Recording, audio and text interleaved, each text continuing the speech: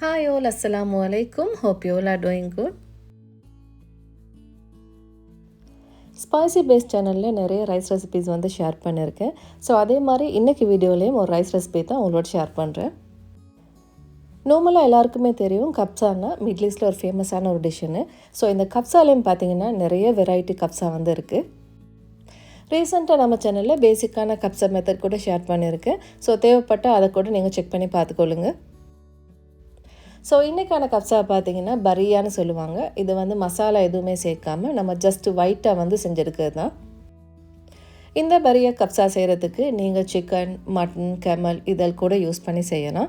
இன்றைக்கான வீடியோவில் நான் யூஸ் பண்ண போகிற வந்து பீஃப் தான் யூஸ் பண்ணுறேன்.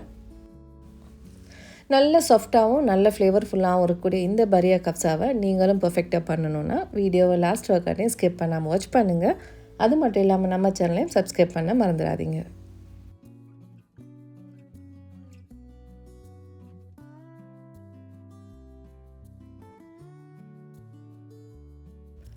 இன்றைக்கி இந்த ஒயிட் கப்ஸை செய்கிறதுக்கு பீஃப் தான் யூஸ் பண்ணுறேன்னு சொல்லியிருந்தேன் இல்லையா. ஸோ இந்த பீஃபை பார்த்திங்கன்னா கொஞ்சம் பெரிய சைஸில் தான் கட் பண்ணி எடுத்திருக்கேன். இதுக்கு சூஸ் பண்ணும்போது 1-2 முள்ளோடு இருக்க மாதிரி சூஸ் பண்ணிங்கன்னா இன்னுமே நல்லாயிருக்கும்.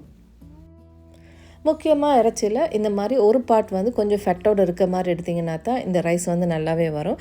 ஸோ இங்கே பார்த்திங்கன்னா இந்த பீஸ் மட்டும்தான் கொஞ்சம் ஃபெட்டோடு யூஸ் பண்ணுறேன். ஸோ இப்போ இந்த பீஃபை வந்து நம்ம வாஷ் பண்ணி ஒரு சைடில் எடுத்து வச்சுருவோம். நெக்ஸ்ட் வந்து ஒரு பேனை ஹீட் பண்ணிக்கொள்ளுங்க. இதில் வந்து 3/4 கப் அளவுக்கு பட்டர் சேர்த்துக்கொள்ளணும்.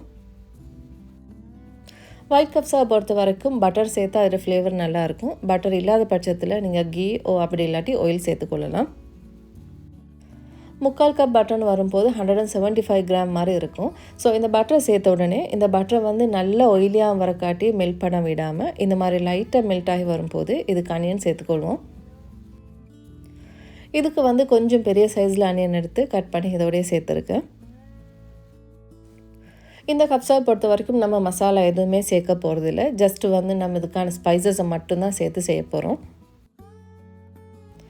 ஸோ இதுக்கான ஸ்பைசஸை பார்த்திங்கன்னா ஒரு பட்டை, 1 டீஸ்பூன் பெப்பர், ஒரு 10 ஏலம் மாதிரி எடுத்துக்கொள்ளுங்க. அதே மாதிரி ஒரு 10 கராம்பையும் சேர்த்துக்கொள்வோம். நெக்ஸ்ட் வந்து கப்ஸாட முக்கியமான ஒரு ஃப்ளேவர் தான் இந்த ட்ரை லெமனும் பே லீஃபும். ஸோ அதுவுமே வந்து 2 பீஸ் சேர்த்துருக்கேன்.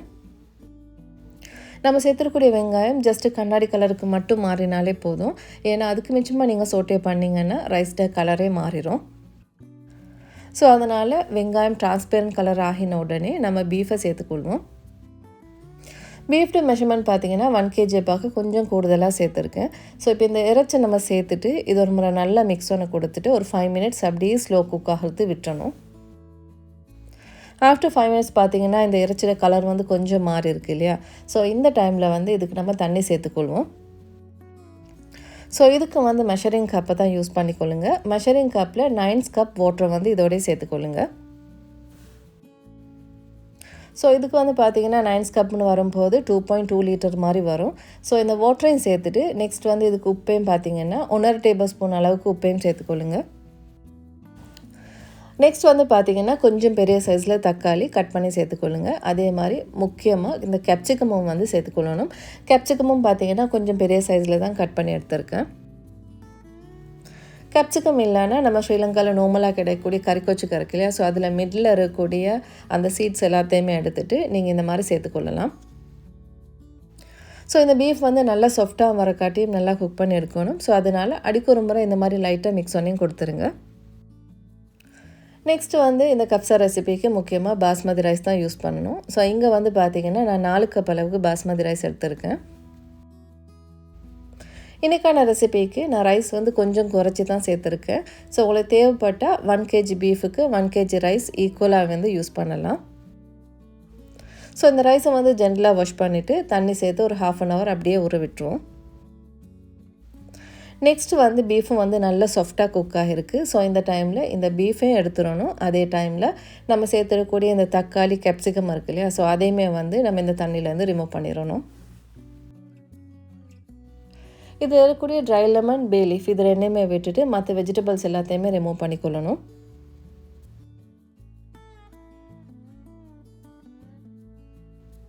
ஸோ ஸோ இந்த மாதிரி வெஜிடபிள் எல்லாத்தையுமே ரிமூவ் பண்ணிவிட்டு இதுக்கு வந்து 3/4 கப் அளவுக்கு பால் சேர்த்துக்கொள்வோம். நீங்கள் பால் சேர்க்கும்போது ஃப்ரெஷ் மில்க், ஹோல் மில்க் அப்படி இல்லாட்டி கோகோனட் மில்க் ஏதாவது ஒரு மில்க் வந்து சேர்த்துக்கொள்ளலாம்.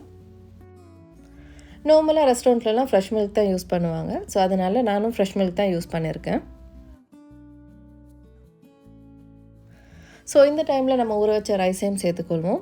ரைஸை சேர்த்ததுக்கு பின்னாடி அதில் கூட உப்போட டேஸ்ட்டை கொஞ்சம் டேஸ்ட் பண்ணி பார்த்துக்கொள்ளுங்க. ஏன்னா உப்பு வந்து லைட்டாக கொஞ்சம் கூட மாதிரி இருந்துச்சுன்னா தான் ரைஸோட டேஸ்ட் வந்து நல்லாயிருக்கும்.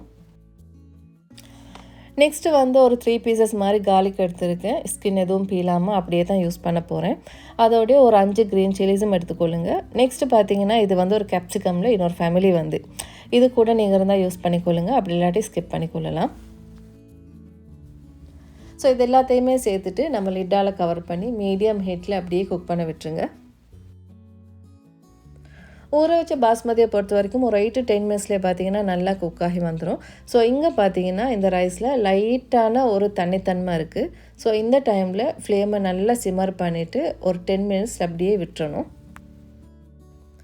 இது வந்து ஸ்லோவாக குக் ஆகிற டைமில் நெக்ஸ்ட் வந்து நம்ம பீஃபுக்கான ப்ரிப்ரேஷனை பார்த்துருவோம். இங்கே ஒரு பவுலில் 1/2 டீஸ்பூன் அளவுக்கு சில்லி பவுடர் சேர்த்துக்கொள்ளுங்க. 1/2 டீஸ்பூன் அளவுக்கு pepper, 1/2 tablespoon coriander powder, 1 teaspoon chilli flakes, 3/4 tablespoon உப்பும் 2 டேபிள்ஸ்பூன் அளவுக்கு டொமேட்டோ பேஸ்ட்டும் சேர்த்துக்கொள்ளுங்க. ஆல்ரெடி இறைச்சிக்கு வந்து நம்ம உப்பு போட்டு தான் பாயில் பண்ணியிருக்கோம். ஸோ அதனால் இதில் சேர்க்கக்கூடிய உப்பு வந்து கொஞ்சம் கணக்காக சேர்த்துக்கொள்ளுங்க. நெக்ஸ்ட் வந்து ஒரு 1/2 பீஸ் மாதிரி லெமனையும் ஸ்குவீஸ் பண்ணிவிட்டு ஒரு 2 டேபிள்ஸ்பூன் அளவுக்கு ஆயிலையும் சேர்த்து இது ரொம்ப நல்லா மிக்ஸ் பண்ணி எடுத்துக்கொள்ளணும். உங்களோட காரத்துக்கு ஏற்ற மாதிரி இந்த மசாலாஸை வந்து கொஞ்சம் அட்ஜஸ்ட் பண்ணி எடுத்துக்கொள்ளுங்க. இந்த மாதிரி மசாலா மிக்ஸ் பண்ணிவிட்டு நெக்ஸ்ட் வந்து ஒரு பேனில் ஒரு 5 டேபிள்ஸ்பூன் அளவுக்கு ஆயில் சேர்த்துக்கொள்ளணும். ஆயில் ஸ்லோவாக ஹீட் ஆகி வர டைமில் நம்ம மிக்ஸ் பண்ணி வச்சுருந்த மசாலாவை இதோடய சேர்த்துக்கொள்வோம். மசாலா ப்ளஸ் ஆயில் இது ரெண்டுமே லைட்டாக மிக்ஸ் ஆகி வர டைமில் பீஃபையும் இதோட ஆட் பண்ணிக்கொள்வோம். ரெஸ்டாரண்ட்லாம் பார்த்தீங்கன்னா இந்த மாதிரி மசாலாலாம் சேர்த்துட்டு இமீடியட்டாக அவனில் தான் பேக் பண்ணி எடுப்பாங்க. ஸோ இன்றைக்கி வந்து கொஞ்சம் டிஃப்ரெண்ட்டாக இந்த மாதிரி பேனில் வந்து நம்ம செஞ்சுருக்க போகிறோம். இந்த மாதிரி பீஃப் எல்லாத்தையுமே சேர்த்துட்டு நம்ம ஆல்ரெடி அந்த பீஃப் எடுத்து வைக்கும்போது அந்த பிளேட்டில் கொஞ்சமாக தண்ணி இருக்கும் இல்லையா, ஸோ அந்த தண்ணியை இதோடய சேர்த்துருக்கேன். அந்த வெஜிடபிள் தண்ணி பார்த்திங்கன்னா ஒரு 1/4 கப் அளவு தான் இருக்கும். ஸோ அதையுமே சேர்த்துட்டு இந்த மசாலா இறைச்சி எல்லாமே நல்லா மிக்ஸ் ஆக வரக்காட்டி 2 சைடும் நல்லா திருப்பி போட்டு ஸ்லோவாக ஃப்ரை பண்ணி எடுத்துக்கொள்ளணும். இது வந்து பாயில் பண்ண பீஃப்ன்றதுனால இந்த மசாலாலாம் ஆட் பண்ணி நீங்கள் அவனில் வச்சு எடுத்தால் குயிக்காக வந்து ரோஸ்ட் ஆகி வந்துடும். ஸோ உங்களுக்கு விருப்பமான மெத்தடை வந்து நீங்கள் யூஸ் பண்ணிக்கொள்ளலாம். இந்த மாதிரி ஸ்லோவாக ஃப்ரை பண்ணி எடுத்திங்கன்னா பர்ஃபெக்டாக நல்லா ரோஸ்ட் ஆகி வந்துடும். நெக்ஸ்ட்டு பார்த்தீங்கன்னா நம்ம ரைஸ் எந்த மாதிரி வந்திருக்குன்றத நீங்களே பாருங்கள். நல்ல சாஃப்டாக நல்ல பூ மாதிரி வந்திருக்கு.